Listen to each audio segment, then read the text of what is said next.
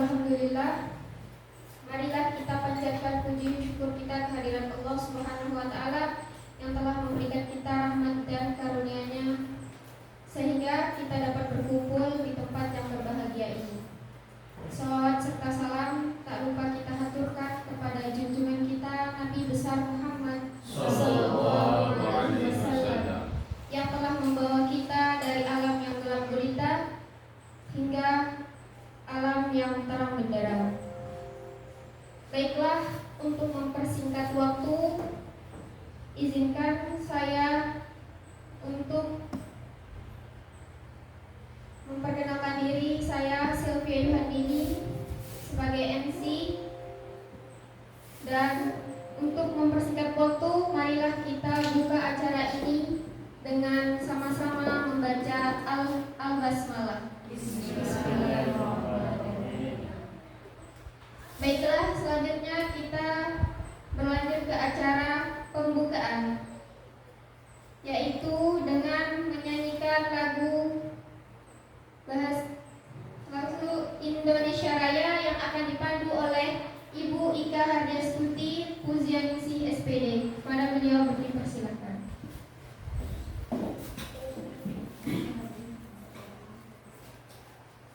Mohon hadirin untuk berdiri.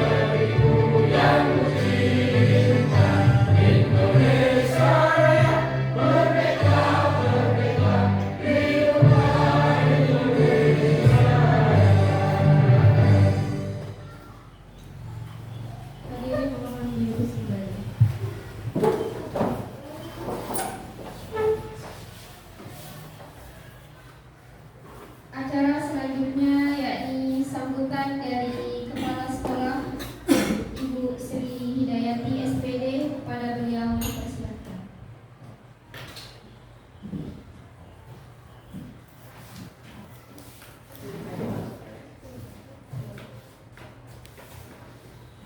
Bismillahirrahmanirrahim. Assalamualaikum warahmatullahi wabarakatuh. Salam sejahtera bagi kita semua dan staf. Pertama-tama, marilah kita panjatkan puji dan syukur kita kehadirat Allah Subhanahu wa Ta'ala, Tuhan yang Maha Esa. Karena atas rahmat dan karunia-Nya kita dapat berkumpul pada hari ini dan diberikan kesempatan untuk melaksanakan sebuah kegiatan tentang budaya positif sekolah. Bapak Ibu guru yang berbahagia, hari ini kita mendapat kesempatan yang sangat berharga, di mana salah satu rekan guru kita sekaligus sebagai guru penggerak akan menyampaikan tentang pentingnya budaya positif di sekolah kita. kesulitan. Saya sebagai kepala sekolah sangat menginspirasi kegiatan ini karena membangun budaya sekolah adalah salah satu fondasi utama di mana sekolah tidak hanya memberikan pengetahuan, tapi sejak dini sudah bisa kita ajarkan atau kita tanamkan nilai-nilai positif. Di antaranya bagaimana siswa diajar untuk disiplin, bekerja sama, sikap yang sopan, sekaligus kejujuran. Saya percaya dengan kerjasama seluruh warga sekolah, kita dapat mewujudkan budaya positif di sekolah kita tercinta ini. Peran aktif guru, siswa, dan orang tua sangat penting untuk menanamkan budaya positif di sekolah. Dengan harapan, dengan menanamkan nilai-nilai budaya positif di sekolah sejak dini, untuk membentuk karakter siswa tersebut dan menciptakan generasi yang bertanggung jawab dan berintegritas tinggi. Terima kasih Bapak Ibu Ibu Guru Penggerak Bu Sri Fatmawati SPD yang telah mempersiapkan materi ini dengan baik. Saya berharap apa yang akan disampaikan pada hari ini. Terima kasih kepada Ibu Guru Penggerak Sri Fatmawati SPD yang telah mempersiapkan materi ini dengan baik, dan saya berharap apa yang akan disampaikan hari ini bisa menjadi inspirasi dan panduan untuk kita semua dalam membangun budaya positif di sekolah. Akhir kata, saya ucapkan terima kasih kepada semua pihak, yaitu rekan-rekan guru seluruhnya beserta staf SDN 4 Batu Layar Barat yang ikut berkontribusi dan ikut menyemangati rekan guru kita dalam acara ini. Semoga Allah Subhanahu wa Ta'ala senantiasa memberikan bimbingan dan kemudahan kepada kita dalam setiap langkah dan usaha positif yang selalu kita usahakan demi kemajuan pendidikan secara umum dan pendidikan di sekolah kita secara khusus. Wabillahi taufiq wal hidayah. Wassalamualaikum warahmatullahi wabarakatuh. Salam sejahtera bagi kita semua. Terima kasih.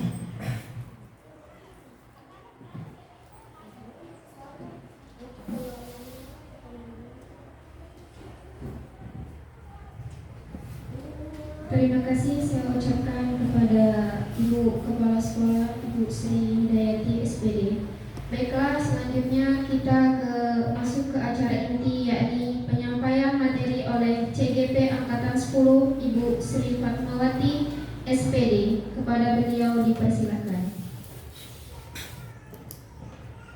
Izin Ibu Kepala Sekolah dan Bapak Ibu Guru, saya berdiri ya.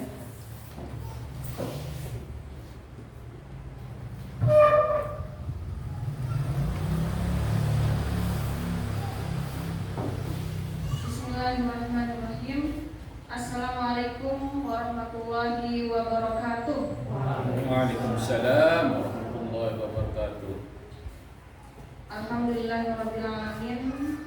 Tak lupa kita panjatkan puja dan puji syukur kita kehadirat Allah Subhanahu wa Ta'ala yang telah memberikan kita nikmat kesehatan dan kesempatan sehingga pada kesempatan ini kita dapat berkumpul untuk mengikuti kegiatan diseminasi budaya positif di sekolah. Kemudian yang kedua kalinya tak lupa kita haturkan salawat serta salam kepada junjungan alam Nabi besar Muhammad sallallahu alaihi wasallam. Ibu Kepala Sekolah dan rekan-rekan Bapak Ibu Guru yang saya hormati, terima kasih pada kesempatan ini Ibu Kepala Sekolah dan Bapak Ibu Guru telah bersedia untuk hadir di sini untuk sama-sama kita berbagi pengetahuan, berbagi pengalaman Di sini nantinya bukan berarti saya memahami semua ya, tetapi tujuan saya adalah saya ingin berbagi kepada Bapak Ibu guru supaya kita sama-sama mengetahui bagaimana sih penerapan budaya positif yang sebenarnya di sekolah kita. Seperti itu Bapak Ibu guru. Dan selanjutnya untuk menambah semangat kita, saya ingin kita melakukan ice breaking dulu ya. Bersedia Bapak Ibu guru semua kita ice breaking dulu ya, supaya kita lebih rileks nanti mengikuti acara ini. Ya, kalau bersedia saya mohon kita berdiri semua, Bapak Ibu guru, Ibu kepala sekolah, kita berdiri sebentar. Jadi tidak apa-apa kita tidak pakai musik. Ice breakingnya begini ya. Tangan ke atas gapai impian, tangan ke samping merangkul teman, tangan didekatkan bertepuk tangan. Oh ya, satu saya lupa Mas. Tangan ke depan fokus harapan, tangan didekatkan bertepuk tangan. Bisa? Sekali lagi, tangan ke atas gapai impian, tangan ke samping merangkul teman. Rangkul itu yang sebelah. Tangan ke depan fokus harapan, tangan didekatkan bertepuk tangan. Hore ya. Cukup ya? Ya, Bapak Ibu guru boleh duduk kembali.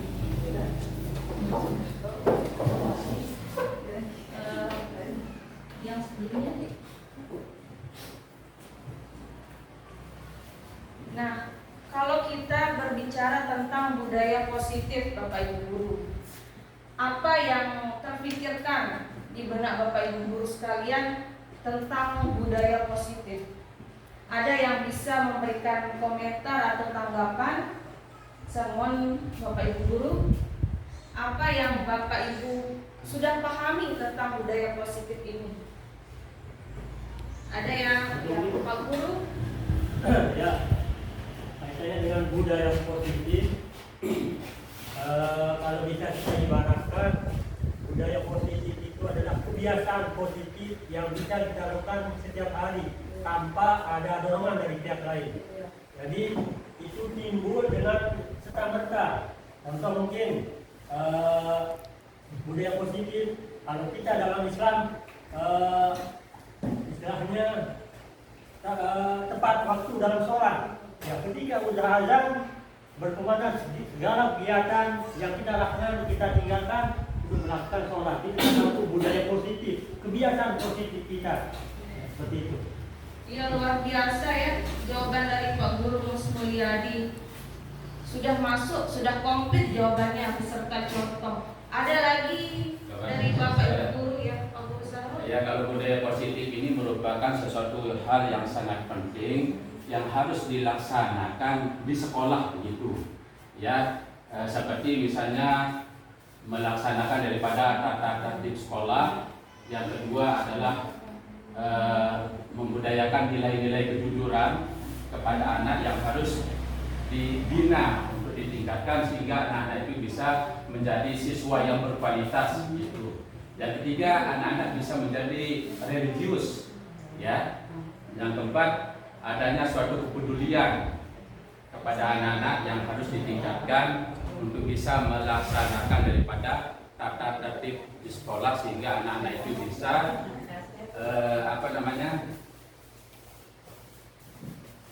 bisa melaksanakan dengan sebaik mungkin gitu dari masa dini gitu, sehingga nanti ketika dia di sekolah kita tanamkan nilai-nilai itu, maka anak itu akan terbiasa dengan aturan-aturan tata tertib yang dianukan aturan di sekolah itu. Ya, luar biasa sekali jawabannya dari Pak Guru Musmulyadi dan Pak Guru Sarul. Bisa kita berikan aplaus ya Bapak Ibu guru. Ya, jadi jawabannya sudah tepat dan sudah bagus sekali. Jadi budaya positif ini adalah kebiasaan-kebiasaan yang baik atau yang positif yang bisa kita terapkan sehari-hari, dimulai sejak dini, khususnya bagi murid-murid kita di sekolah. Nah, pertanyaan yang kedua, apakah sekolah kita sudah melakukan budaya positif? menurut Bapak Ibu guru, kita sudah atau belum menerapkan budaya positif di sekolah? Siapa yang mau memberi tanggapan? Ya silakan Bu Guru Ika. Terima kasih. Assalamualaikum warahmatullahi wabarakatuh. Waalaikumsalam. Kalau di pertanyaan mungkin terkait dengan apakah sekolah kita sudah melaksanakan budaya positif, menurut saya pribadi kita sudah menerapkan budaya positif. Anak-anak sudah melakukan budaya positif itu, contoh hal kecil, hal sepele saja yang diterapkan sama anak itu memberikan salam. Itu salah satu contoh budaya positif menurut saya yang memang harus tetap dilakukan dan perlu ditingkatkan, karena ada beberapa dari anak memang yang belum melakukan itu. Nah, mungkin itu yang akan nanti kita berikan arahan ke anak-anak bagaimana mereka memberikan budaya positif itu pada sekolah agar mereka terbiasa. Terus contoh yang lain mungkin selain salam, mereka melakukan pada saat mereka keluar dari kelas, mereka contohnya gini, memberikan kata permisi, seperti contoh permisi, atau pada saat mereka menerima bantuan dari temannya, mereka mengucapkan terima kasih, atau pada saat mereka melakukan kesalahan, mereka mengucapkan kata maaf. Mungkin itu salah satu budaya positif yang beberapa dari anak kita sudah menerapkan di kehidupan sehari-hari mereka, terutama di lingkungan sekolah. Mungkin itu saja. Iya, luar biasa jawabannya dari Bu Guru Ika. Kita berikan aplaus ya. Iya, jadi sekolah kita pastinya sudah menerapkan budaya positif. Jadi contohnya tadi mengucapkan salam, membudayakan 5S sekarang Bapak Ibu Guru ya. Senyum, sapa, salam, sopan, dan santun.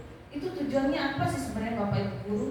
Tujuannya sangat baik kita tanamkan ke anak untuk menanamkan nilai kesopanan, nilai hormat kepada guru. Kemudian tadi juga nilai kedisiplinan, tepat waktu, kemudian mengucapkan kata permisi, mengucapkan kata maaf ataupun tolong. Itu merupakan kebiasaan-kebiasaan baik yang memang sudah kita tanamkan ke anak-anak kita di sini di SDN Pangkal Layar Barat. Selain itu juga kita rutin melakukan literasi Al-Quran, imta, itu juga salah satu Bapak Ibu Guru ya. Ada nilai-nilai yang kita tanamkan, yaitu nilai religius seperti itu. Selain itu juga di dalam kelas tentunya Bapak Ibu Guru kita sudah membiasakan anak-anak kita untuk membaca doa sebelum ataupun sesudah mengikuti pembelajaran. Itu beberapa contoh dan ada lagi yang sudah kita terapkan lainnya. Nah, apa sih pentingnya Bapak Ibu Guru kita menanamkan atau menerapkan budaya positif ini di sekolah? Jadi saya menyampaikan sebuah filosofi Bapak Ibu Guru ya. Ini terkait dengan filosofi dari Bapak Ki Hajar Dewantara, mengibaratkan bahwa sekolah ini adalah sebuah ladang Bapak Ibu Guru. Kita bisa menanam atau menyemai tanaman di ladang tersebut, dan diibaratkan kita gurunya adalah petaninya dan murid-murid adalah bibit atau tanaman yang akan kita tanam. Nah, apa kaitannya apabila kita menanam tanaman yang unggul tetapi tidak dengan perawatan yang baik, apakah tanaman tersebut bisa tumbuh? Ya tentu jawabannya tidak ya. Kita perlu melakukan perawatan yang baik, kita berikan pupuk supaya tanaman tersebut tumbuh subur dan bisa berkembang. Kaitannya dengan siswa kita apa? Kita sebagai guru itu mempunyai tanggung jawab untuk apa? Untuk mengarahkan peserta didik kita agar memiliki budi pekerti yang baik, yang bisa dia terapkan dalam kehidupan sehari-hari. Seperti itu Bapak Ibu. Next. Nah, jadi materi-materi yang ingin saya sampaikan hari ini cukup kompleks ya Bapak Ibu Guru. Di sini ada yang pertama itu tentang disiplin positif dan nilai-nilai kebajikan universal namanya. Kemudian yang kedua, teori motivasi, hukuman dan penghargaan serta restitusi. Kemudian yang ketiga, keyakinan kelas. Kemudian yang keempat, kebutuhan dasar manusia dan dunia berkualitas. Kemudian yang kelima, restitusi, dan 5 posisi kontrol guru. Dan yang terakhir adalah restitusi segitiga. Nah, itu ada beberapa materi yang nanti akan sama-sama kita diskusikan seperti itu. Next. Nah, ini tadi sudah ya. Nah, ini kita samakan lagi pemahaman kita tentang budaya positif. Tadi Bapak Ibu juga sudah menjawab apa itu budaya positif. Budaya positif itu adalah nilai-nilai dan kebiasaan-kebiasaan di sekolah yang tentunya berpihak pada peserta didik agar mereka dapat berkembang menjadi pribadi yang baik, kritis, penuh hormat, dan bertanggung jawab. Nah, seperti itu ya. Kemudian next. Nah, ini kita samakan lagi pemikiran kita ya. Untuk membangun budaya yang positif di sekolah, kita perlu menyediakan lingkungan yang positif, yang aman, nyaman, agar murid-murid kita mampu berpikir, bertindak, dan mencipta dengan merdeka, mandiri, dan bertanggung jawab. Kemudian selanjutnya di sini ada sebuah kegiatan Bapak Ibu guru ya. Ini adalah kegiatannya, judulnya Cobalah Buka. Di sini saya ingin mengajak Bapak Ibu guru untuk membayangkan kegiatan ini ya. Misalkan Bapak Ibu guru dan teman yang ada di sebelah Bapak Ibu guru sedang melakukan kegiatan Cobalah Buka. Bapak Ibu guru bertugas sebagai si A ya. Kemudian si A ini mengepalkan salah satu tangannya. Kemudian Bapak Ibu guru membayangkan di kepalan tangan itu ada sesuatu yang sangat berharga di kepalan tangan Bapak Ibu guru tersebut. Kemudian Bapak Ibu guru perlu menjaga dengan sekuat tenaga karena begitu pentingnya benda atau sesuatu yang ada di genggaman tangan Bapak Ibu guru. Kemudian ada rekan Bapak Ibu guru, kita sebut dia si B ya. Si B ini mencoba dengan segala cara, dengan segala usaha ingin membuka kepalan tangan Bapak Ibu guru. Dengan cara boleh membujuk, merayu, menghardik atau mengintimidasi, menggoda, bahkan menawari Bapak Ibu guru dengan uang. Apakah Bapak Ibu guru bersedia untuk membuka kepalan tangan tersebut? Next. Nah, di sini ada 3 pertanyaan ya Bapak Ibu guru. Apakah Bapak Ibu guru membuka kepalan tangan tersebut? Mengapa? Apa alasannya sehingga Bapak Ibu guru membuka kepalan tangan tersebut? Yang kedua, apakah Bapak Ibu guru tetap menutup kepalan tangan tersebut? Apa alasannya? Kemudian yang ketiga, dalam kegiatan ini sesungguhnya siapa yang memegang kendali atau kontrol untuk membuka atau menutup kepalan tangan? Mungkin ada yang mau berpendapat setelah membayangkan kegiatan ini dari Bapak Ibu guru. Apakah tetap mempertahankan atau memberikan rekan Bapak Ibu guru untuk membuka kepalan tangan tersebut?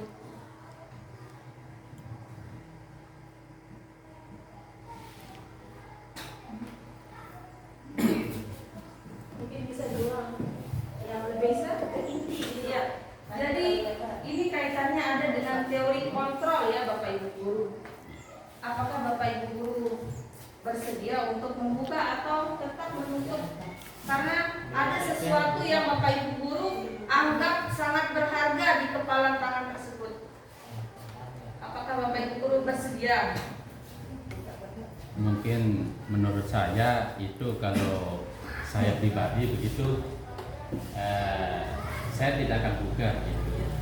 Nah, kenapa saya tidak akan buka? Karena itu suatu bentuk usaha yang harus yang diraih untuk bisa membuka itu tanpa ada paksaan gitu kan. Jadi segala sesuatu itu kalau kita ingin melakukannya harus adanya usaha gitu untuk membuka semua itu. Nah, jadi kalau tidak ada usaha berarti tidak akan bisa terbuka. Tapi kalau dia ingin membuka semua itu harus ada usaha gitu, untuk bisa sukses dengan tujuan tersebut. Ya, luar biasa jawabannya Pak Guru ya. Berikan jawabannya. Jadi pilihannya adalah tetap mempertahankan kepalan tangan yang berisi benda berharga tersebut. Nah, itu sebenarnya Bapak Ibu sudah benar ya. Tapi akan bervariasi jawabannya tergantung diri kita. Kita mau mempertahankan atau mau memberikan supaya teman kita tersebut membuka kepalan tangan kita. Dan kaitannya ini tentang teori kontrol ya Bapak Ibu. Jadi apapun itu yang bisa mengontrol diri kita sendiri adalah tentunya diri kita, bukan orang lain seperti itu. Adapun sikap atau perbuatan tidak bisa kita dikontrol oleh orang lain. Diri kita sendirilah yang bisa menjadi kontrol. Jadi orang lain tidak bisa mempengaruhi diri kita seperti itu. Nah, itu tadi ya. Kita sendiri yang memegang kontrol atas kepala tangan kita. Apakah kita ingin membuka ataupun menutup, itu bergantung pada diri kita masing-masing sesuai dengan kebutuhan dasar kita saat itu. Nah, ini kaitannya dengan paradigma teori kontrol namanya Bapak Ibu Guru. Ini adalah sebuah teori yang dicetuskan oleh salah satu ilmuwan namanya Dr. William Glasser. Ini menyatakan tentang teori kontrol. Nah, yang selama ini kita sering melakukan miskonsepsi tentang makna kontrol ini sendiri yang disebut dengan ilusi kontrol. Apa itu ilusi kontrol? Itu adalah sebuah pemikiran yang dimana kita berpikiran bahwa kita dapat melakukan sesuatu di luar kendali kita. Contohnya kita sebagai guru, misalkan ilusi kita selama ini yaitu guru bisa mengontrol murid. Kemudian yang kedua, ilusi kita bahwa kritik dan membuat orang merasa bersalah dapat menguatkan karakter. Biasanya misalkan siswa kita melakukan kesalahan, kemudian kita memberikan kritikan yang amat sangat berlebihan Bapak Ibu Guru, itu akan membuat psikologis anak itu akan terganggu seperti itu. Mereka akan merasa tersakiti dengan kritikan-kritikan yang kita berikan. Kemudian ilusi bahwa semua penguatan positif efektif dan bermanfaat. Kemudian ilusi bahwa orang dewasa memiliki hak untuk memaksa. Kemudian selanjutnya, ya next. Di sini adalah paradigma dari stimulus respon ke teori kontrol yang memang kita perlukan. Yang awalnya stimulus respon ini contohnya kita mencoba mengubah orang agar berpandangan sama dengan kita. Yang dimana yang sesungguhnya itu adalah kita berusaha memahami pandangan orang lain seperti itu. Kemudian perilaku buruk dilihat sebagai suatu kesalahan yang seharusnya adalah semua perilaku memiliki tujuan. Nah, misalkan siswa kita melakukan kesalahan, jangan langsung kita memberikan label ke peserta didik kita bahwa kesalahan yang dilakukan itu adalah sesuatu hal yang buruk. Yang perlu kita lakukan pertama adalah kita menggali apa alasan siswa kita tersebut melakukan kesalahan. Seperti itu Bapak Ibu Guru. Kemudian yang ketiga, orang lain bisa mengontrol diri kita. Yang seharusnya adalah hanya kita yang bisa mengontrol diri kita sendiri. Dan yang keempat, saya bisa mengontrol orang lain. Yang seharusnya adalah kita tidak bisa mengontrol orang lain. Nah, yang selanjutnya pemaksaan ada pada saat bujukan gagal. Yang seharusnya adalah kolaborasi dan proses menciptakan pilihan-pilihan baru. Dan yang terakhir, model berpikir menang atau kalah. Yang seharusnya adalah model berpikir menang-menang. Di sini kita tanamkan kepada siswa kita setelah kita menggali apa alasan mereka, kita arahkan mereka untuk mengetahui bahwa perbuatan yang mereka lakukan itu ada solusi yang bisa kita terapkan seperti itu. Jadi tidak ada satu pihak yang merasa tersakiti Bapak Ibu guru ya.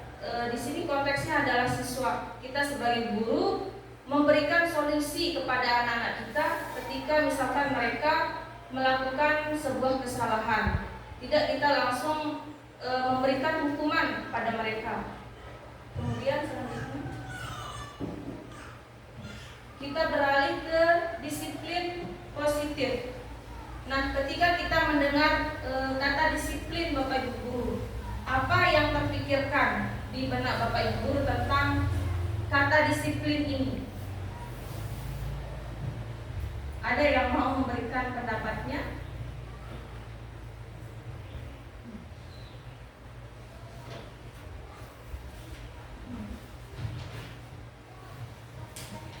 Tidak ada? Tidak apa-apa saya. Iya, Apa ya?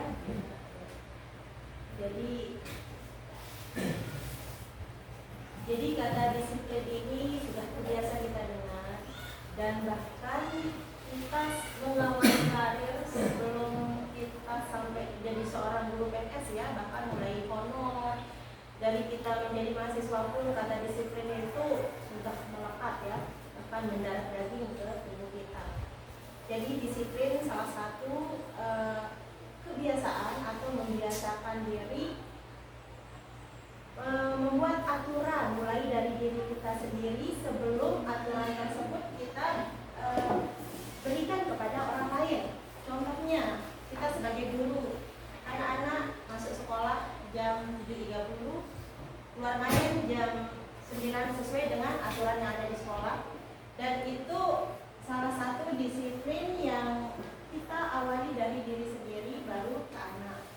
Mungkin itu suatu kebiasaan yang kita lakukan yang diawali dari diri kita sendiri, pembiasaan, baru kita berikan ke orang lain atau ke siswa. Mungkin itu gambaran singkatnya tentang disiplin.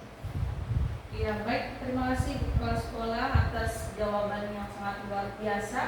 Jadi sudah tepat ya Bapak Ibu guru, kebiasaan yang harus muncul dari dalam diri kita sendiri. Disiplin itu kita lakukan karena kemauan dari dalam diri kita sendiri.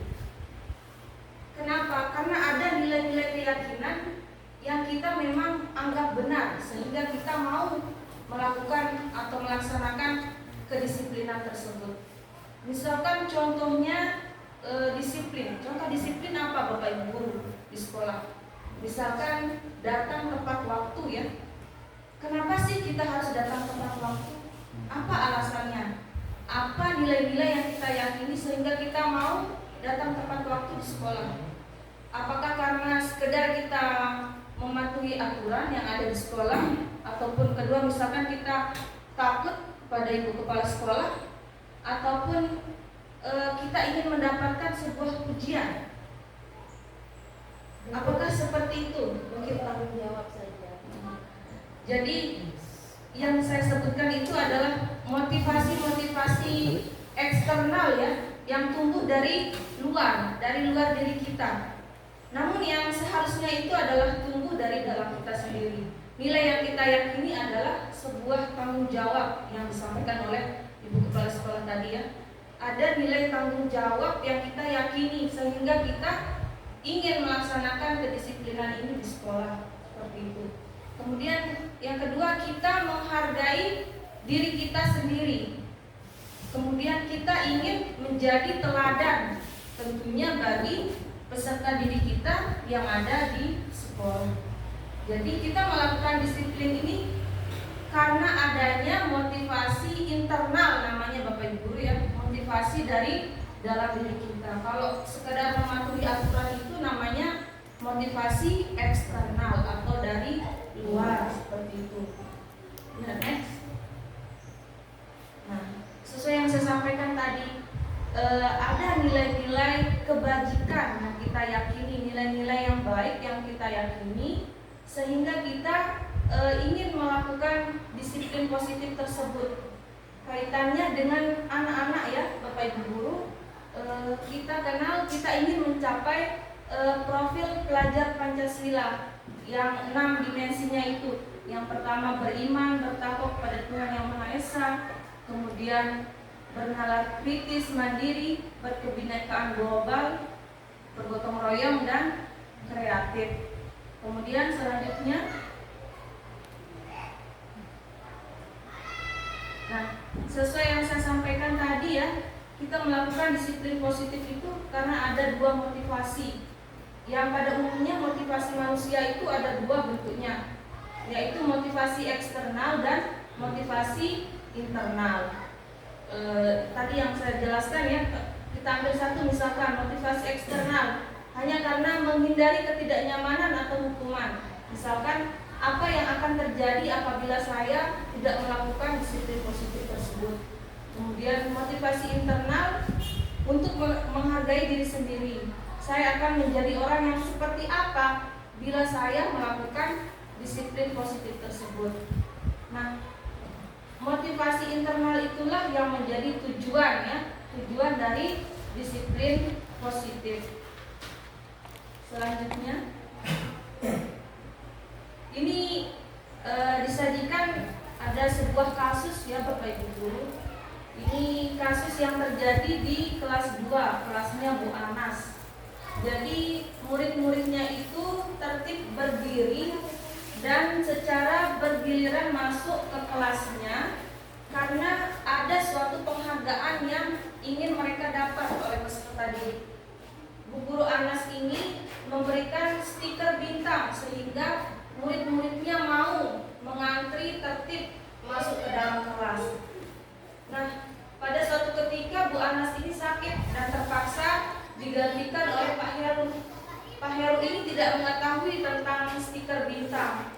Dan benar saja apa yang terjadi pada saat masuk ke kelas, usai jam istirahat, murid-murid kelas 2 kembali berebutan masuk ke dalam kelas.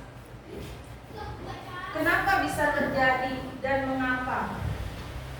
Di sini ada dua pertanyaan Bapak Ibu Guru. Santai ya, sambil Pak Guru membayangkan. Berdasarkan teori motivasi yang saya jelaskan tadi, kira-kira motivasi apa yang dimiliki oleh kelas 2 untuk bersedia antri sebelum masuk ke dalam kelasnya? Kemudian yang kedua, adakah cara lain agar murid-murid kelas 2 bersedia antri tanpa mengharapkan stiker bintang tersebut? Siapa yang mau memberikan tanggapan? Untuk yang nomor 1 dulu. Kira-kira motivasi apa yang dimiliki oleh kelas 2?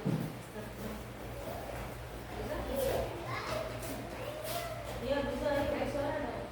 Semangat. Ayo deh, Ayo giliran sebelah sini, saya belum mendengar suaranya. Iya, Bu Rika. Menurut saya untuk pertanyaan nomor 1, berdasarkan teori motivasi yang telah dipelajari, apakah motivasi murid kelas 2 untuk bersedia antri itu termasuk eksternal atau internal? Nah, menurut saya itu motivasi eksternal karena ada yang mereka inginkan. Seperti tadi kan yang dijelaskan sama Bu Fatmawati tadi, mereka menginginkan suatu penghargaan seperti tadi bintang ya. Stiker bintang, mereka mengharapkan stiker bintang. Jadi menurut saya itu motivasi eksternal karena tidak didasarkan dari kesadaran diri siswa kelas 2 tersebut. Mungkin cuma itu, terima kasih. Iya, benar sekali ya jawabannya. Motivasi eksternal itu jawabannya. Sudah tepat Bu Rika, terima kasih. Karena apa? Mereka mau melakukan antri itu karena ada yang diharapkan, yaitu stiker bintang. Nah, yang kedua, menurut Bapak Ibu Guru, ada tidak cara lain supaya murid-murid kelas 2 ini bisa tertib tanpa mengharapkan stiker bintang? Ada yang mau berkata? Ayo, bagaimana? Ayo, Pak Guru ya, Pak Guru Mus.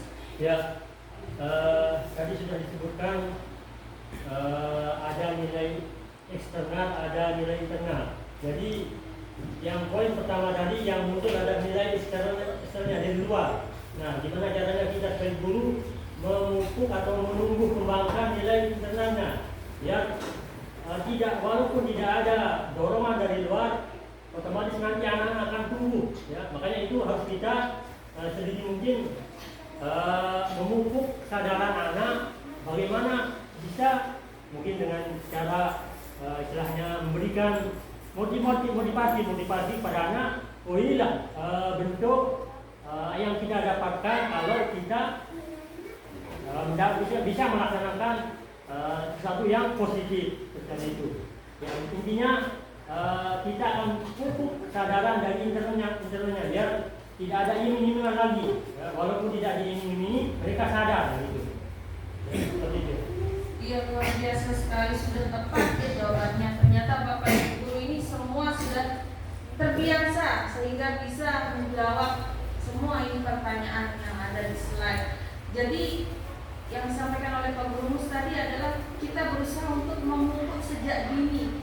Kita berusaha menanamkan nilai-nilai dalam diri anak itu. Kenapa sih penting melakukan antri seperti itu? Yang pertama, kita jelaskan antri itu bisa menghargai orang lain, kemudian tidak mengambil hak orang lain seperti itu Bapak Ibu. Kita jelaskan apa pentingnya sehingga tertanam nilai-nilai tersebut dalam diri anak tersebut, sehingga tidak melakukan karena diiming-imingi oleh sebuah penghargaan. Contohnya ini stiker bintang tersebut. Terima kasih Bapak Ibu guru, ternyata sudah paham ya. Selanjutnya, nah kita ke materi selanjutnya Bapak Ibu guru. Mungkin ini sudah sangat sering kita lakukan tentang hukuman, konsekuensi dan restitusi. Ini ada 3 kata. Apa sih bedanya hukuman, konsekuensi dan restitusi?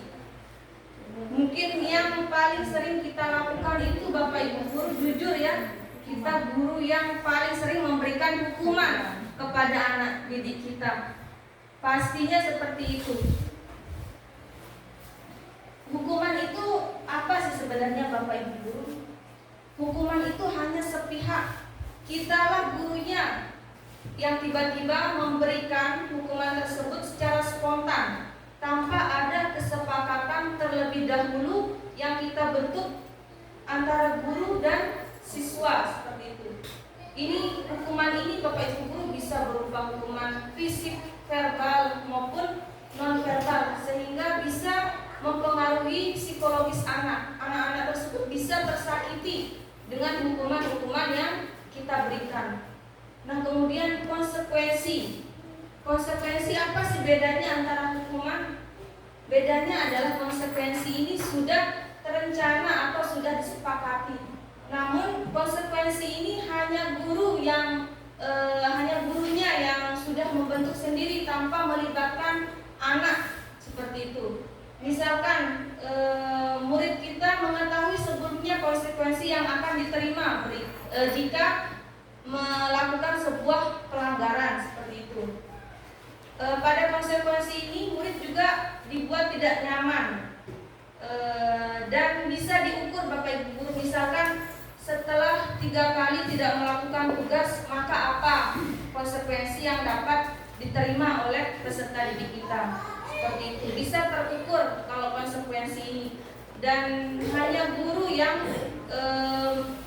membuat seperti itu, konsekuensinya dibuat oleh guru, kemudian harus dijalankan atau dipatuhi oleh murid seperti itu. Kemudian yang ketiga, restitusi. Kalau restitusi itu apa bedanya antara hukuman dan konsekuensi? Restitusi itu adalah proses menciptakan kondisi bagi murid untuk memperbaiki kesalahan mereka. Kemudian di sana ada sebuah diskusi antara guru dan siswanya untuk mencarikan solusi dari kesalahan yang mereka buat. Kemudian apa yang bisa mereka lakukan untuk memperbaiki kesalahan tersebut tanpa kita menyakiti anak didik kita seperti itu. Next. Nah, untuk melakukan sebuah restitusi Bapak Ibu guru, penting kita membuat sebuah keyakinan kelas namanya. Apa itu keyakinan kelas? Nilai-nilai yang memang disepakati bersama antara guru dan murid untuk dilaksanakan. Jadi anak-anak itu terlibat dalam menyusun nilai-nilai atau keyakinan kelas.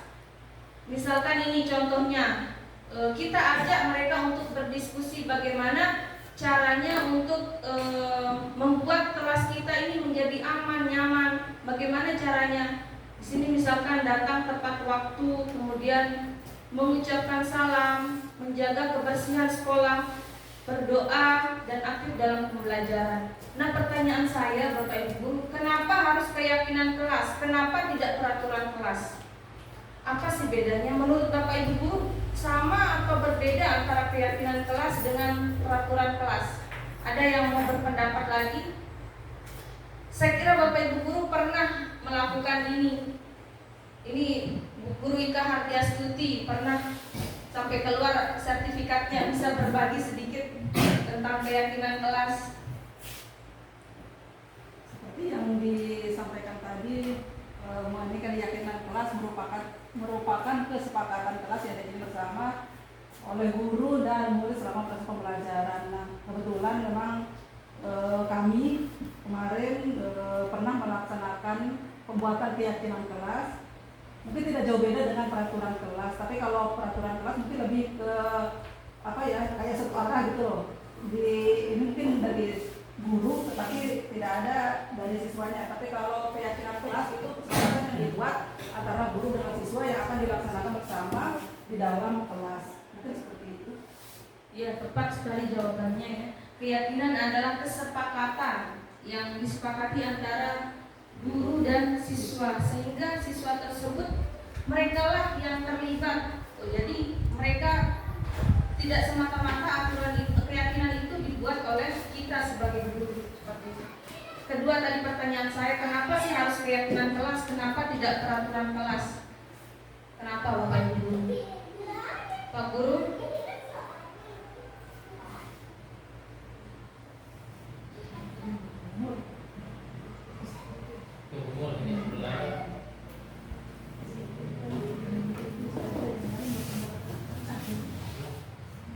Ya, jadi mungkin Bapak Ibu Guru ini sudah mulai ngantuk atau bosan dengan materi saya. Kita ice breaking dulu Bapak Ibu Guru.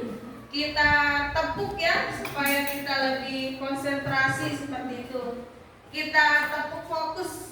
Ada yang sudah tahu tepuk fokus Bapak Ibu Guru? Tepuk fokus, melihat, mendengar, mengingat, fokus.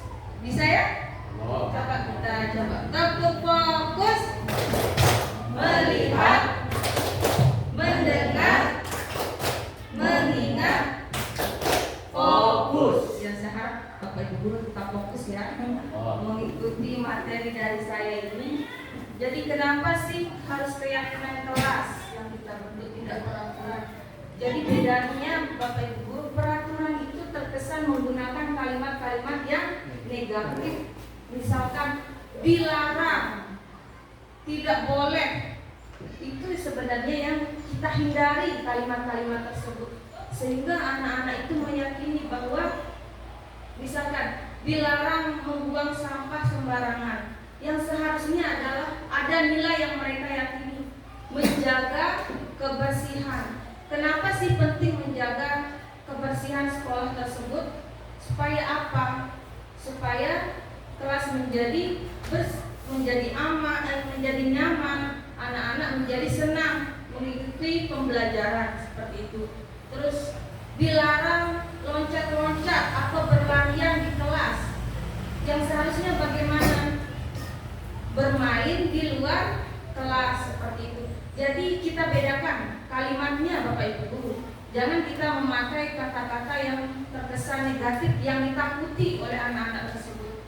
Tetapi keyakinan itu adalah hal yang disenangi, yang membuat anak-anak itu mau melaksanakan keyakinan kelas seperti itu. Jadi bedanya hanya di pemilihan kata Bapak Ibu Guru ya. Bagaimana cara kita untuk memilih dan memilah kata-kata yang tepat, yang bisa mengajak anak-anak itu mau melakukan keyakinan kelas. Selanjutnya Di sini tadi ya ada perbedaan antara hukuman, konsekuensi dan restitusi. Ini ada tabel ya Bapak Ibu Guru. Misalkan contohnya kalau hukuman, sesuatu yang menyakitkan harus terjadi. Misalkan kamu ini tidak pernah mengerjakan tugas, paling lama selesai mengerjakan tugasnya. Kita terkesan menggunakan kata-kata yang intonasinya tinggi, yang kasar, ya Bapak Ibu Guru. Kemudian konsekuensi sesuatu yang harus terjadi. Kamu ini sudah 3 kali tidak mengerjakan tugas, kamu tahu kan konsekuensinya? Nah seperti itu. Ada sesuatu jika anak-anak itu melanggar, sudah ada konsekuensi, tetapi itu dibuat oleh kita sendiri sebagai guru, seperti itu. Kalau restitusi itu merupakan pilihan. Ya anak-anak, kita gali dulu apa alasannya kamu tidak mengerjakan PR, misalkan ketiduran guru. Kita coba menurut kalian itu perbuatan yang salah atau tidak. Bagaimana solusinya supaya kalian bisa mengerjakan PR, misalkan dikerjakan lebih awal. Mereka yang mencoba menemukan solusinya. Dan kita guru hanya mengarahkan. Kita tidak langsung mengintimidasi bahwa itu hal yang salah yang kalian lakukan. Tidak seperti itu Bapak Guru ya kalau restitusi. Dan yang harus kita harapkan itu Bapak Ibu yang sebenarnya adalah restitusi ya, bukan hukuman atau konsekuensi seperti itu. Nah ini yang di bawah mungkin nanti bisa saya bagikan ya Bapak Ibu. Selanjutnya, nah ini contohnya ya, bedanya lagi kalau hukuman itu misalkan dibuat oleh guru, kemudian kalau hukuman itu dibuat oleh guru, kalau konsekuensi itu dibuat oleh guru, kemudian restitusi itu dibuat oleh murid, seperti itu, mereka yang menemukan solusinya sendiri, seperti itu. Selanjutnya, nah di sini ada tabel Bapak Ibu Guru ya. Saya ingin meminta lagi jawaban dari Bapak Ibu Guru. Ini termasuk hukuman atau konsekuensi kalau menurut Bapak Ibu Guru? Bisa dibaca ya di slide. Kalau yang pertama itu lari keliling lapangan karena terlambat datang ke sekolah. Hukuman apa restitusi? Hukuman ya, kita kunci hukuman ya, hukuman. Kemudian kalau menggantikan kertas tugas teman karena telah dicoret-coret, hukuman atau konsekuensi? Konsekuensi. Ya, kita kunci konsekuensi. Kemudian yang ketiga, membersihkan tumpahan air ini ya, air di atas meja karena tersenggol pada saat belajar. Itu hukuman atau konsekuensi? Konsekuensi. Kemudian yang terakhir, murid disuruh tidak menggunakan sepatu seharian karena tidak menggunakan sepatu hitam. Hukuman. Iya, hukuman kita kunci. Luar biasa Bapak Ibu Guru. Kita berikan tepuk tangan dulu. Ya. Nah, ini jawabannya betul Bapak Ibu Guru, hebat semua ya. Jadi ini ya, kalau yang pertama itu betul hukuman. Karena apa Bapak Ibu Guru? Mungkin saja ya ini dia terlambat anak kita ini. Kemudian kita secara tiba-tiba memberikan sebuah hukuman. Tetapi misalkan akan menjadi sebuah konsekuensi, misalkan sudah kita kesepakati bersama awalnya, ataupun dia relevan misalkan dengan pelajaran olahraga, misalkan Bapak Ibu masih relevan, ada kesepakatan yang dibuat misalkan oleh guru PJOK, jika terlambat misalkan akan lari keliling lapangan seperti itu. Tetapi di sini konteksnya secara tiba-tiba anak tersebut diberikan hukuman seperti itu dan berupa hukuman fisik di sini Bapak Ibu Guru ya. Kemudian yang kedua, menggantikan kertas tugas teman. Jadi di sini tentu konsekuensi.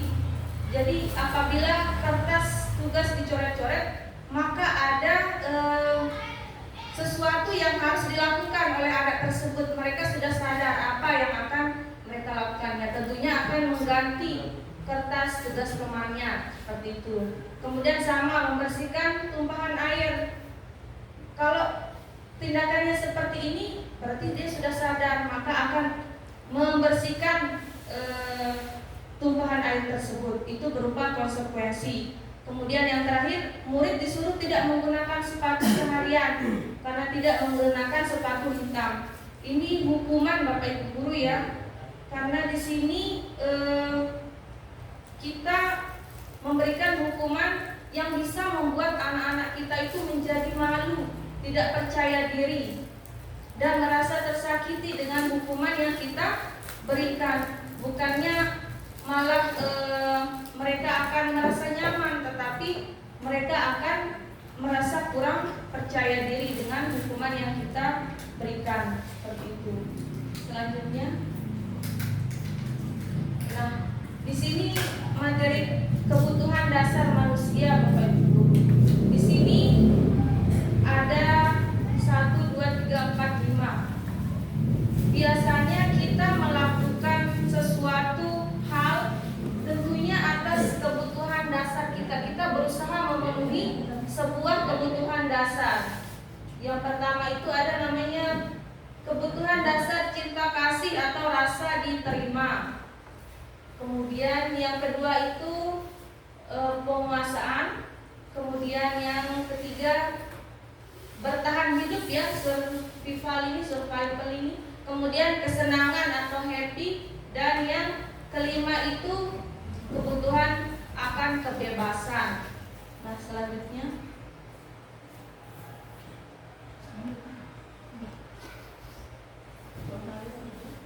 nah seperti yang saya sampaikan tadi ya, bahwa kita melakukan sebuah tindakan itu tentunya ada tujuan yang ingin kita penuhi Bapak Ibu guru. Misalkan kita makan, apa sih tujuannya kita makan? Nah, untuk bertahan. Nah, untuk bertahan tenaga. Untuk apa Pak Guru? Tenaga. Ya, kaitannya yaitu bertahan hidup. Kemudian ini yang merasa diterima atau merasa kasih sayang. Kita berbuat baik dengan sesama rekan sejawat, kita happy di sekolah, kita saling berinteraksi. Apa kebutuhan yang ingin kita terima? Tentunya kita ingin disayangi oleh sesama rekan sejawat. Jangan sampai kita berseteru ya. Itu kebutuhan yang ingin kita penuhi itu adalah kasih sayang dan rasa diterima. Seperti itu Bapak Ibu guru. Sama seperti anak-anak kita. Misalkan mereka melanggar aturan, sebenarnya apa sih kebutuhan dasar yang ingin mereka patuhi? Misalkan sering tidak bisa diam di kelas, selalu ribut, selalu mengganggu temannya. Itu jangan langsung kita intimidasi, oh kamu ini selalu tidak bisa diam, tidak bisa diatur, seperti itu. Kita harus gali apa sebenarnya yang menyebabkan anak-anak tersebut melakukan pelanggaran tersebut. Ada kebutuhan yang ingin mereka penuhi dari murid-murid kita tersebut Bapak Ibu guru. Terus next.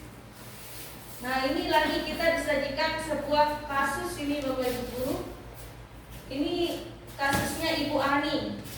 Ibu Ani ini adalah guru kelas 5 di SD Pelita Hati. Sedang bingung menghadapi ulah salah satu murid di kelasnya yang bernama Agus. Beberapa anak telah datang mengeluhkan Agus yang sering meminta bekal makan siang mereka dengan paksa. Jika Anda menghadapi situasi seperti Ibu Ani, apa yang Bapak Ibu guru akan lakukan? Menurut Bapak Ibu guru, kira-kira apa alasan Agus melakukan hal itu? Apa Bapak Ibu guru? Coba dipikirkan dulu.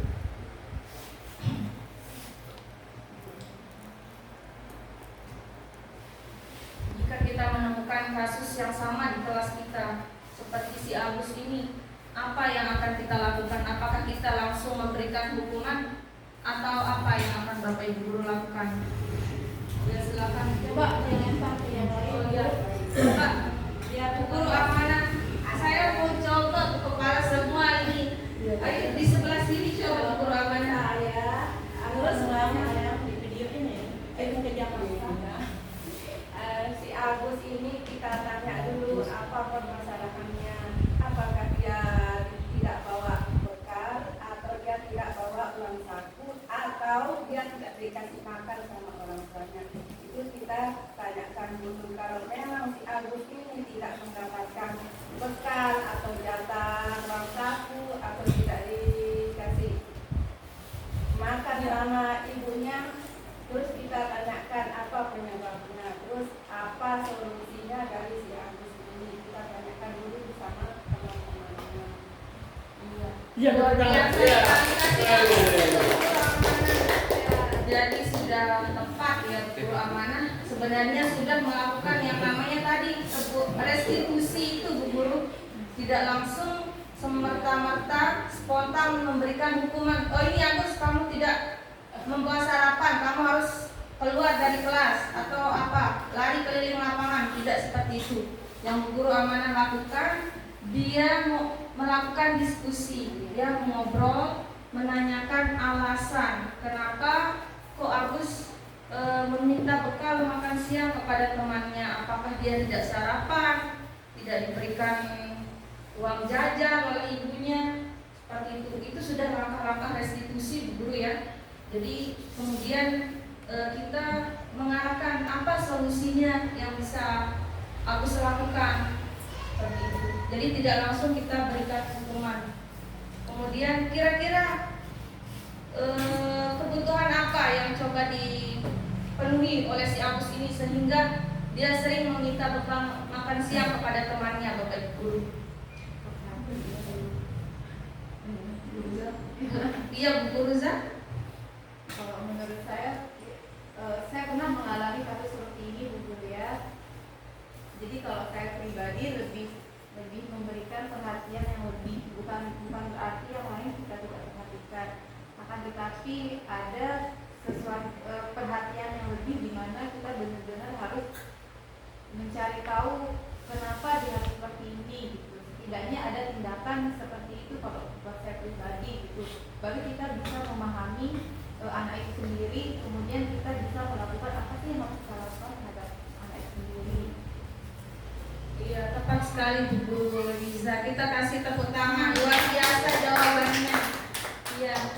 Jadi bisa saja si Agus ini ingin memenuhi kebutuhan dasarnya yaitu kasih sayang. Bisa jadi di rumah dia kurang perhatian dari orang tuanya, Bapak Ibu Guru. Jangan langsung kita intimidasi ya si Agus ini. Kemudian misalkan dia sengaja ingin mencari kesenangan, dia senang aja gitu ganggu temannya, iseng seperti itu. Jadi pasti ada tujuan seperti itu sehingga peserta didik kita itu melakukan sebuah pelanggaran. Jadi bagaimana caranya kita mencarikan solusi, mengarahkan mereka bahwa ada keyakinan dalam diri mereka supaya tidak melakukan hal tersebut. Next. Nah itu ya tadi ada beberapa jawaban di sini diperlihatkan lagi. Pertama, apabila jawaban Agus seperti dialog yang dilakukan Bu Guru Amanah tadi, apabila jawaban Agus karena ia lapar dan orang tuanya tidak membawakan bekal makan siang, maka kebutuhan yang dipenuhi adalah bertahan hidup. Kemudian apabila jawaban Agus karena ia senang temannya jadi memperhatikan dia, berarti kebutuhannya adalah kasih sayang. Kemudian apabila jawaban Agus dia merasa hebat karena temannya jadi takut, berarti ada kebutuhan pengakuan ataupun penguasaan yang power tadi Bapak Ibu Guru. Kemudian apabila jawaban Agus karena dia merasa bosan dengan bekal yang dibawakan ibunya yang selalu sama, kebutuhannya adalah kebebasan. Kemudian yang terakhir karena iseng, berarti kesenangan yang coba ia penuhi, seperti itu. Selanjutnya, Bapak, sebelum selanjutnya Bu Guru ya, mungkin ada yang kurang dari, karena kita pernah ya mengalami hal seperti ini walaupun dia tidak dalam model makanan ya, tapi uang ya, nggak berbeda dengan alat ya, prakteknya seperti itu. Cuma mungkin di sini poin terakhir, perlu ada interaksi kita antara guru, siswa dengan orang tua. Itu yang kurang kalau menurut saya, karena si guru kadang tidak mampu menyelesaikan masalah tersebut ya, karena anak ini bisa dikatakan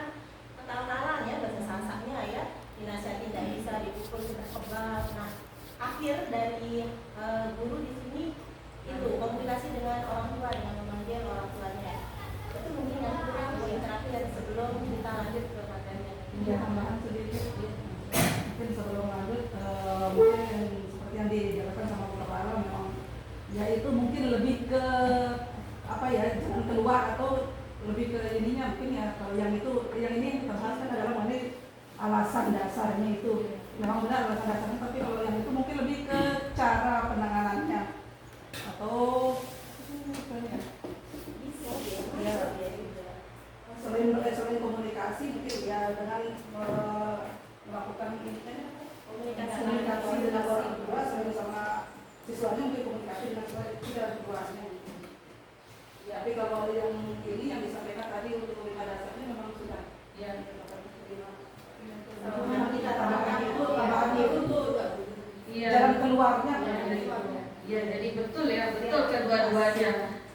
kedua-duanya. Jadi yang disampaikan Ibu Kepala Sekolah itu sudah betul. Ini kan kaitannya kita akan menuju ke restitusi itu. Jadi restitusi itu benar harus ada kolaborasi Bapak Ibu Guru. Kita tidak bisa melakukan sendiri tanpa ada dukungan. Misalkan dari orang tua, restitusi itu selalu membutuhkan kolaborasi Bapak Ibu Guru.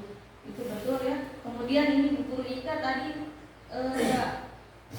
anak itu kita gali dulu apa penyebabnya sehingga mereka melakukan kesalahan. Mereka ingin mencukupi atau memenuhi ada 5 dasar kebutuhan manusia yang pada umumnya seperti itu. Kita pun guru memenuhi yang 5 kebutuhan dasar ini Bapak Ibu Guru.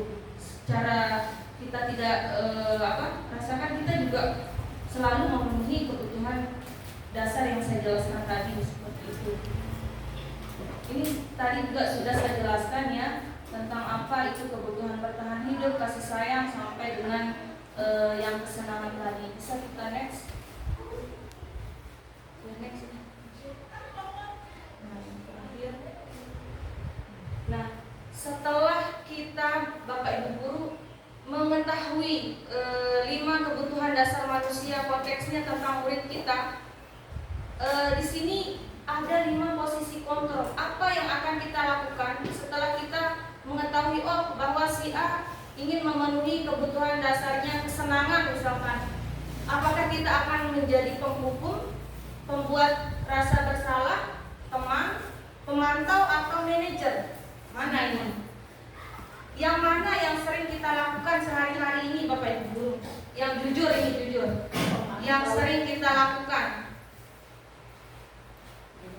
Mungkin di semua Kayaknya kalau realitanya lebih ke manajer. Kalau memantau tidak 100% dia bisa pantau anak-anak kecuali di dalam kelas. Nah, tetapi antara memantau dan manajer itu dia memang sangat-sangat berkaitan ya.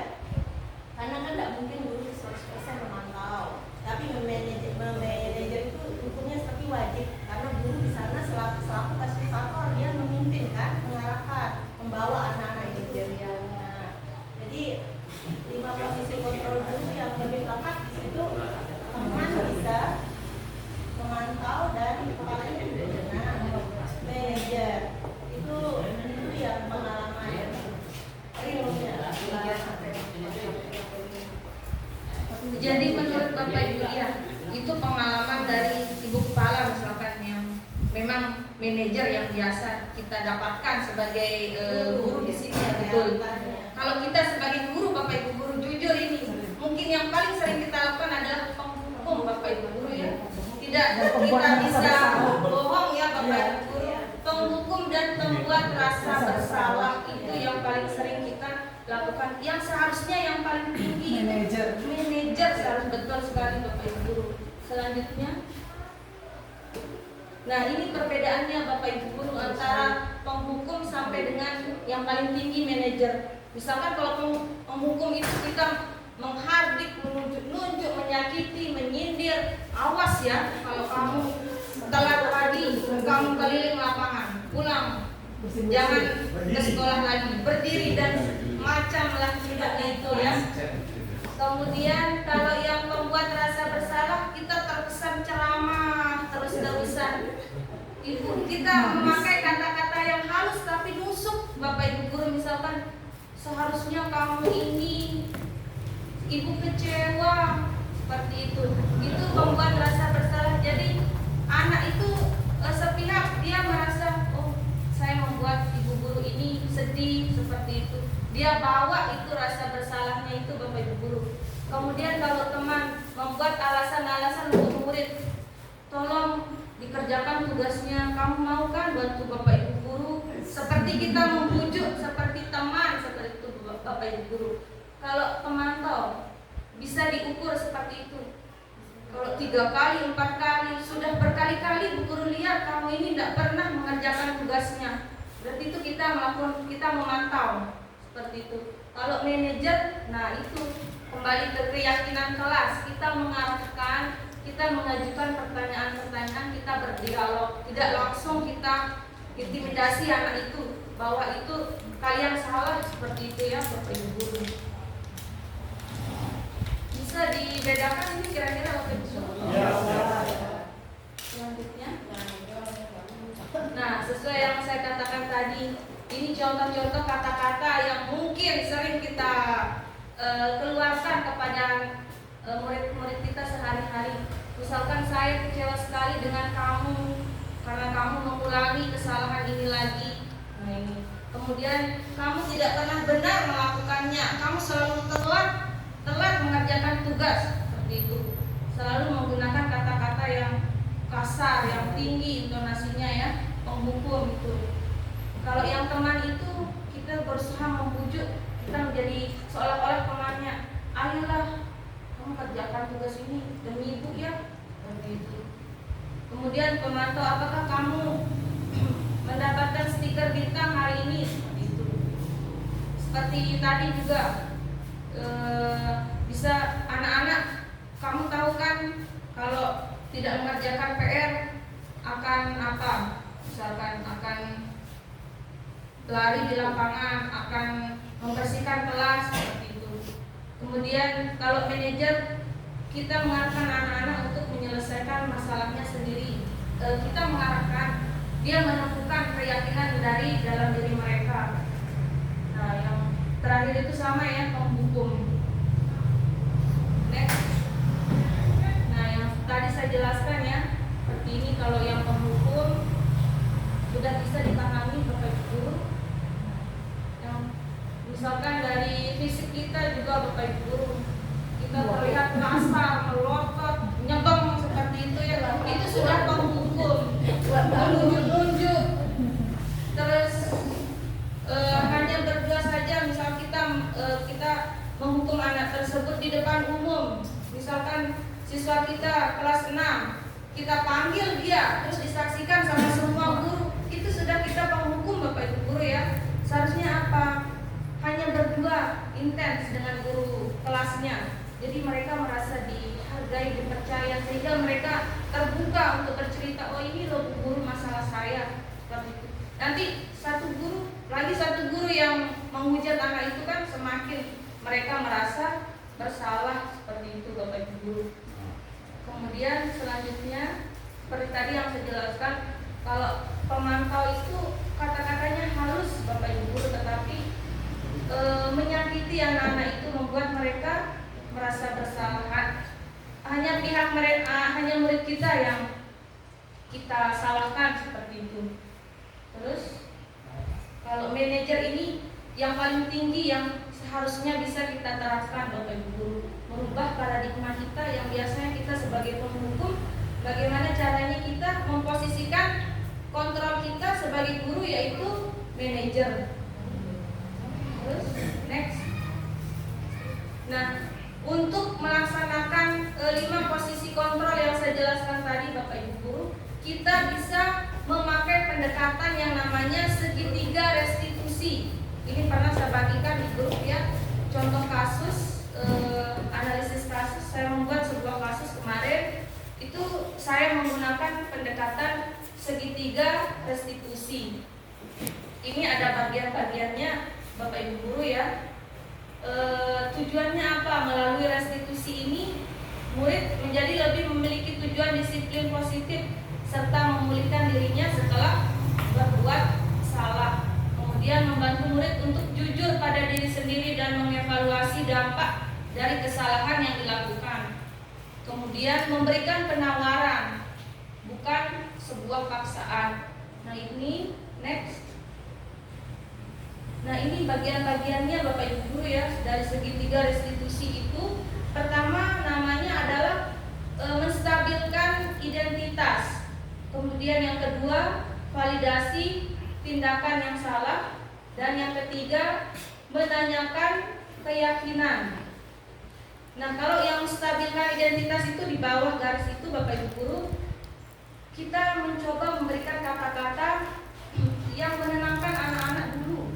Kita tidak langsung mengkasari anak tersebut. Kita menenangkan dulu, kita stabilkan identitas mereka, emosi mereka itu. Misalkan seperti ini, setiap orang pasti pernah melakukan kesalahan.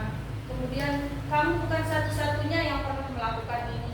Bu Guru juga manusia biasa, pasti pernah melakukan kesalahan.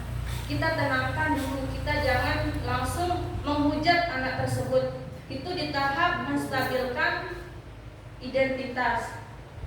Kemudian kalau yang validasi tindakan yang salah, misalkan contohnya seperti ini, kata-kata kita, kamu tentu punya alasan mengapa melakukan itu. Kemudian adakah cara yang lebih efektif untuk mendapatkan apa yang kamu butuhkan? Seperti itu Bapak Ibu Guru. Kita menggali alasan, kita kaitkan dengan nilai-nilai keyakinan, nilai-nilai keyakinan kelas. Kemudian yang terakhir, menanyakan keyakinan.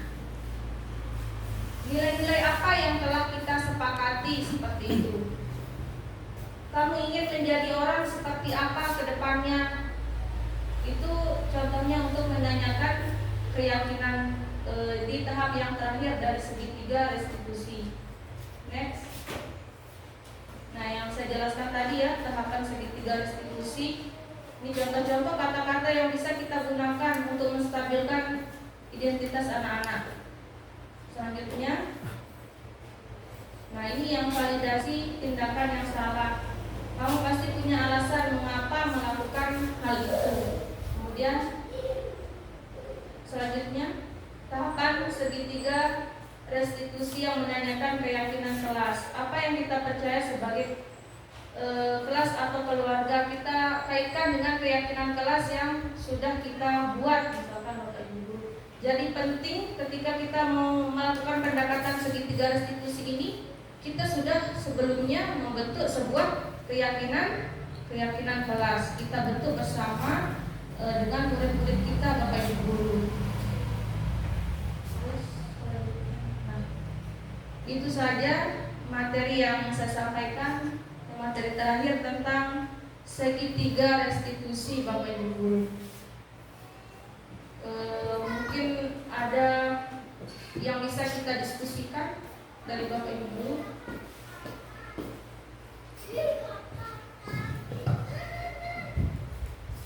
Ada yang mau memberikan komentar seperti itu, atau pernah mau bercerita pernah melakukan pendekatan segitiga restitusi ini kan, tahap-tahapnya yang mana saja, seperti itu Bapak Ibu. Terima kasih. Ini berbagi pengalaman saja ya. Dulu waktu masih ngajar di sekolah yang lama, kami pernah buat kesepakatan. Kenapa saya bilang kami? Karena kesepakatan itu dibuat antara guru dan siswa. Pada saat itu kita buat kesepakatan seandainya tidak masuk berturut-turut, tidak masuk 3 kali dalam seminggu, terus tidak mengajarkan tugas selama 3 kali juga, itu anak-anak sudah sepakat akan membersihkan WC. Apakah menurut Bu Guru itu termasuk restitusi kah, termasuk konsekuensi kah, atau termasuk hukuman? Kenapa saya pertanyakan seperti itu? Tadi kalau saya lihat penjelasan yang Ibu Pak sampaikan, kalau yang berhubungan dengan fisik itu termasuk hukuman. Tetapi di sini ada kata kunci, itu dibuat kesepakatan oleh siswa, dan itu pun dilakukan atas dasar sukarela. Kenapa sukarela? Ya ikhlas gitu. Mereka tahu kalau mereka melakukan kesalahan, itu mereka akan melakukan kesepakatan yang saya sebutkan tadi, yaitu membersihkan WC. Mereka juga bilang seperti ini, ya itu kita bersihin WC Bu Guru, seperti itu. Jadi menurut Bu Pat, apakah itu termasuk hukuman kah, termasuk konsekuensi kah, atau termasuk restitusi? itu seperti itu. Mungkin itu saja, terima kasih. Iya baik, terima kasih Bu Rita. Ini menurut pandangan saya ya, itu kan ada sebuah kesepakatan yang kita bentuk dengan siswa kita. Jadi dia sudah tahu sebelumnya, tetapi kita ikut terlibat sebagai gurunya. Bisa kita masukkan ke dalam restitusi menurut saya. Jadi ada nilai keyakinan yang mereka tanami dengan membersihkan WC itu juga kan apa yang akan terjadi, akan bersih, akan nyaman untuk orang lain seperti itu. Menurut saya itu restitusi, kecuali dalam konteksnya misalkan mereka telah tiba-tiba kita suruh dia membersihkan WC tanpa ada kesepakatan sebelumnya, itu bisa menjadi hukuman untuk siswa kita. Karena sempat tadi kan kalau tidak salah Bapak juga menjelaskan tadi ya, kalau yang namanya hukuman itu ada yang berhubungan dengan fisik. Karena di situ juga kan ada hubungannya dengan fisik. Mereka artinya ya diberi hukuman yang fisik, bukan ini tapi intinya itu loh, ada kesepakatan. Jadi itu sih yang dipertanyakan. Jadi kan sudah ada kesepakatan dulu. Jadi ketika kita melakukan kesepakatan, tentunya jika dia mengikuti kesepakatan itu apa yang akan terjadi seperti itu. Sedangkan sebaliknya, jika dia melanggar kesepakatan itu apa yang terjadi? Nah sudah memilih kan untuk membersihkan WC. Jadi itulah. Masih bisa. Iya masih bisa. Jadi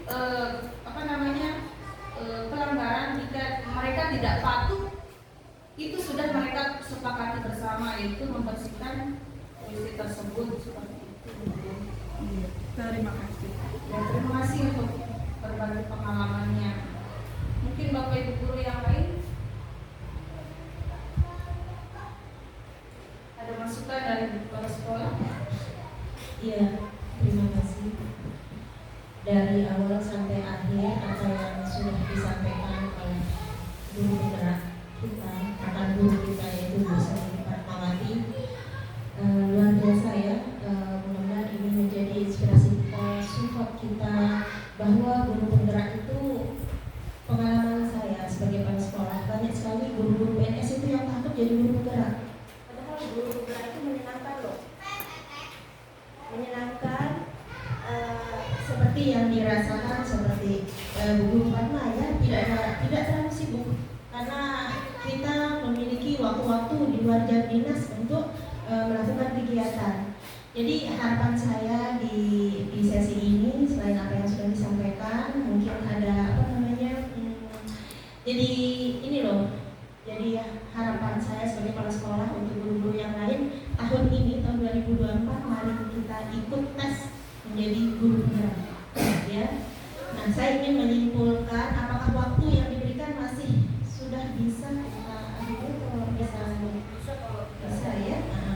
Jadi di sini Ibu ingin menyimpulkan sedikit dari semua yang disampaikan dari awal sampai akhir. Intinya di sini ada istilah restitusi. Kalau pengalaman Ibu, sebenarnya restitusi itu yang dulunya itu bisa dikatakan sebagai diagnosa ya, atau salah satu bimbingan konseling yang memang kalau kita jurusan guru itu pasti ada ya, mata kuliah bimbingan konseling, dan ini lebih ke arah bimbingan konseling ya tadinya ya, karena dimana untuk mengembangkan karakter peserta didik kita, mulai dari belajar budaya positif di sekolah sampai akhirnya kita mengalami permasalahan yang hampir cerita-cerita yang ditayangkan dalam PPT itu semua guru merasakan, termasuk saya yang sudah 20 tahun menjadi guru, baru 2 tahun menjadi kepala sekolah. Apa yang dialami oleh guru-guru yang dicontohkan dalam PPT tadi hampir semua sudah kita rasakan,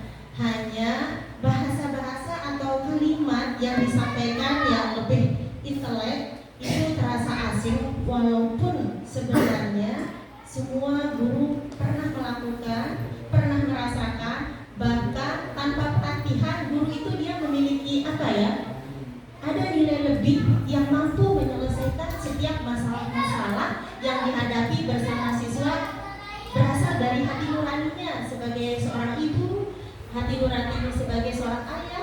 dan kedekatan kontak batin antara guru dengan siswa.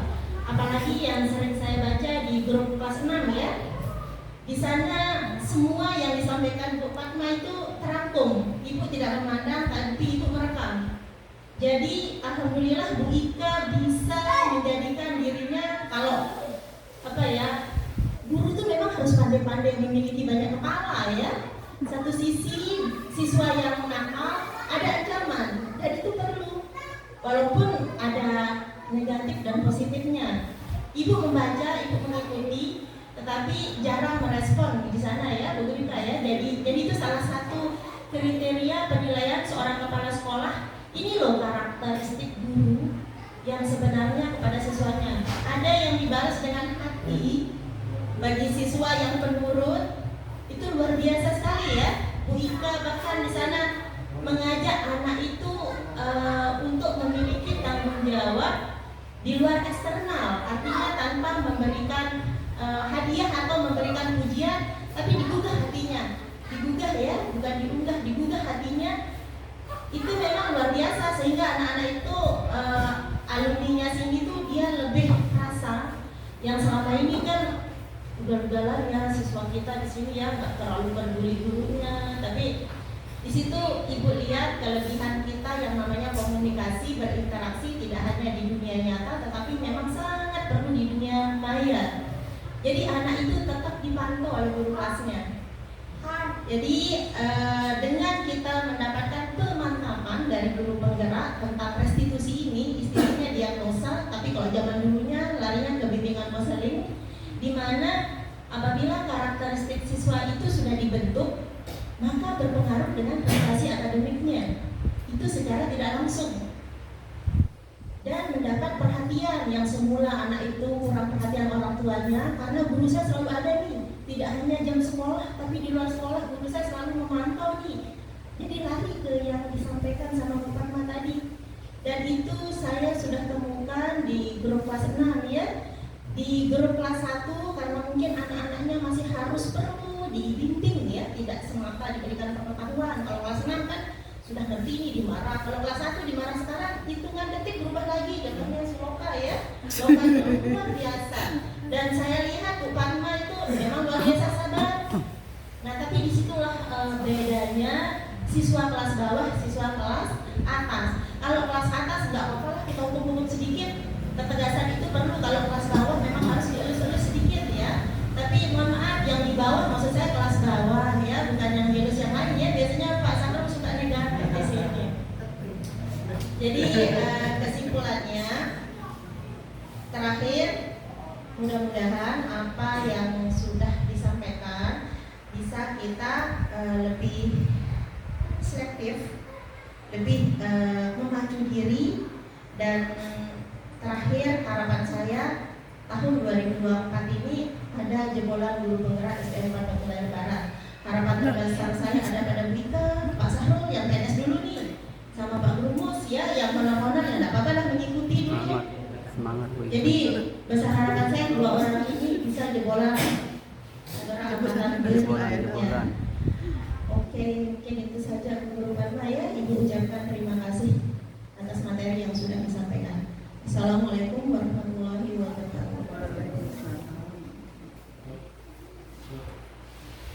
Ya, baik, terima kasih untuk kepala sekolah atas masukan, tanggapan tentang bagaimana materi ini Bapak Ibu Guru ya. Ini terkesan banyak teorinya Bapak Ibu Guru ya, dan banyak kata-kata yang mungkin memang benar sedikit asing, tetapi dalam kenyataannya kita sering menerapkan materi-materi yang sudah saya sampaikan tadi. Intinya Bapak Ibu Guru, bagaimana cara kita untuk menentukan posisi 5 kontrol tadi. Kita sesuaikan dengan kebutuhan anak kita. Benar tadi, kita gali dulu psikologis anak itu seperti apa, barulah kita bisa tentukan posisi apa yang bisa kita berikan ke anak didik kita. Tetapi tentunya yang paling tinggi adalah yang bisa kita lakukan adalah posisi ketika kita menjadi manajer untuk anak kita. Kita mengarahkan kita mencarikan solusi untuk anak didik kita. Dan harapan saya semoga materi-materi ini dapat memantapkan untuk kita semua Bapak Ibu guru dalam menerapkan budaya positif di sekolah tercinta kita SD 4 Batu Layar Barat, sehingga anak didik kita bisa mencapai keselamatan dan kebahagiaan setinggi-tingginya sesuai dengan yang disampaikan oleh Ki Hajar Dewantara. Seperti itu Bapak Ibu guru, dan tentunya mencapai profil pelajar Pancasila. Terima kasih Bapak Ibu guru atas kesediaannya untuk mengikuti materi dari awal sampai akhir. Tetap semangat untuk kita sebagai pendidik, dan tentunya nantinya saya akan selalu meminta pendapat, masukan dan kolaborasi dari Bapak Ibu guru semua. Terima kasih saya ucapkan. Wassalamualaikum warahmatullahi wabarakatuh. Waalaikumsalam.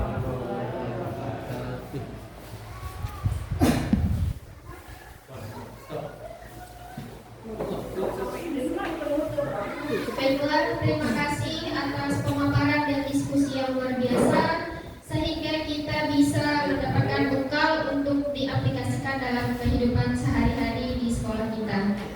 Baiklah, acara terakhir yaitu penutupan dan doa yang akan dipimpin oleh Guru Gus Mulyadi SPD. Pada beliau dipersilakan.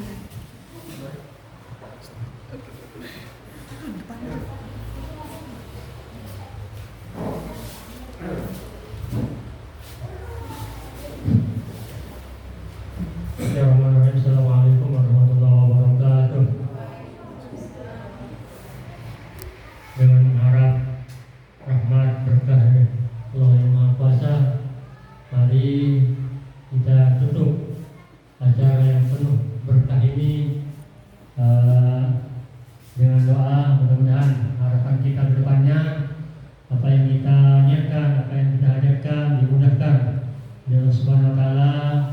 Mudah-mudahan kita termasuk pendidik yang sabar, yang betul-betul bisa mendidik murid-murid kita dari dunia sampai akhirat. Alladzina yaquluna bi sholih al-fatihah.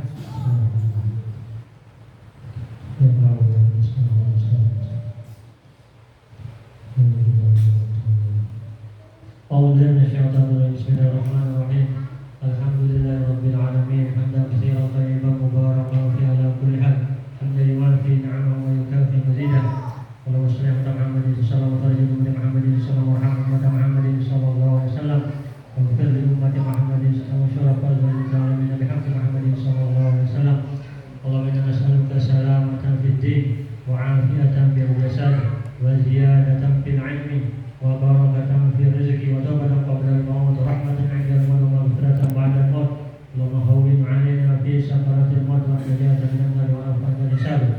Allahumma aslih hawalana kullaha waghfir lana dhunubana kullaha ya karim. Rabbana zidna ilma wa barik lana fima razaqtana waj'alna mahbuban fi qulubi ibadika wa 'azizan fi uyunihim waj'alna wajihan fid dunya wal akhirah wa minal muqarrabin ya katsiran nawal ya hasanal fi'al ya qawim bila zawal ya mujib bil ihsan alhamdu wal minnatu wa syukru ala kulli hal. Allahumma lana dhunubana wa li walidina wa li masyayikhina wa liman ahsana ilaina wa liman lahu haqqun 'alaina wa li jami'il muslimin wal muslimat al-ahya'i minhum wal amwat. Rabbana atina fid dunya hasanah wa fil akhirati hasanah wa qina adzabannar. Fadlika subhana rabbika rabbil izzati amma yasifun wa salamun 'alal mursalin walhamdulillahi rabbil alamin. Al-Fatihah.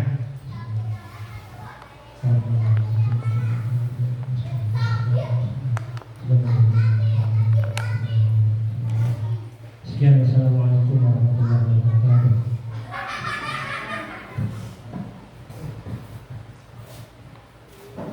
Baiklah, terima kasih kepada narasumber dan serta peserta yang telah menyimak acara dari awal sampai akhir. Saya selaku MC memohon maaf atas salah kata dan perbuatan.